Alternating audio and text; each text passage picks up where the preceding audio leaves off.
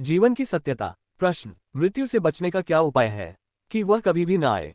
उत्तर, यदि आप स्वयं को जन्मा हुआ मानते हैं तो आप हर ही मृत्यु के मुख की ओर ही जा रहे हैं। आप हर क्षण मर ही रहे हैं, और जो लोग किसी भी प्रकार से स्वयं को जन्मा हुआ या देहादी ही मानते हैं उन्हें किसी भी प्रकार से बचाया नहीं जा सकता।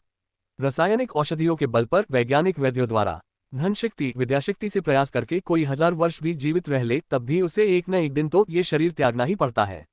किंतु यदि आप स्वयं को तत्वत जान ले कि आप हैं कौन, आपका क्या अस्तित्व है इस जगत में या इस ब्रह्मांड में, तो संदेह जान लो कि आपके लिए मृत्यु जैसा भ्रम और कुछ भी नहीं होगा।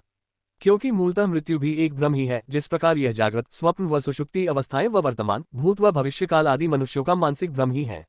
और भ्रम से बचने का एक ही उपाय है कि उस भ्रम के कारण को खोजा जाए और उसे समाप्त कर लिया जाए। इस प्रकार मृत्यु का भ्रम भयभीत नहीं कर सकेगा। क्यों? क्योंकि खोजने पर आप पाएंगे कि अंधकार में लटकते हुए जिस शाश्वत वस्तु को देखकर आप सर्प भ्रम के कारण भ्रमित व भयभीत हो गए हैं, वह वस्तु सर्प नहीं है वरन एक रस्सी है, जिसे अधिक अंधकार व कम प्रकाश में अच्छी प्रकार न देखने के कारण आपने ही नहीं वरन आप जैसे बहुत से लोगों ने आपसे पूर्व भी सर्प समझ लिया था और भयभीत हो गए थे।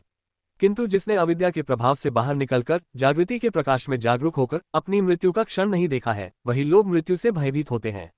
किंतु यदि एक बार कोई साहस करके अपने को जागरूक करके अपनी मृत्यु में प्रवेश कर जाए, अर्थात साहस से सर्प प्रतीत होने वाली रस्सी को प्रकाश में ले जाकर या प्रकाश को ही वहीं ला करके कोई उसे देख ले, तो उसके समस्त भ्रमों का अंत हो जाएगा, और जिसके समस्त भ्रमों का अंत हो जाता है उसके समस्त भयों का भी स्वतः ही अंत हो जाता है, और वह साक्षात अनंतानंद शेष जी से जुड़ जाता है। और जो अनंत से जुड़ जाता है वह परमचेतन पुरुष को स्वयं में ओतप्रोत व योग निद्रा में ध्यानस्थ पाता है और उनसे योगयुक्त हो जाता है। और जो मायापति से योगयुक्त अर्थात एक रूप हो जाता है, उसकी माइक मृत्यु या उसका पुनर्जन्म भला कैसे हो सकता है?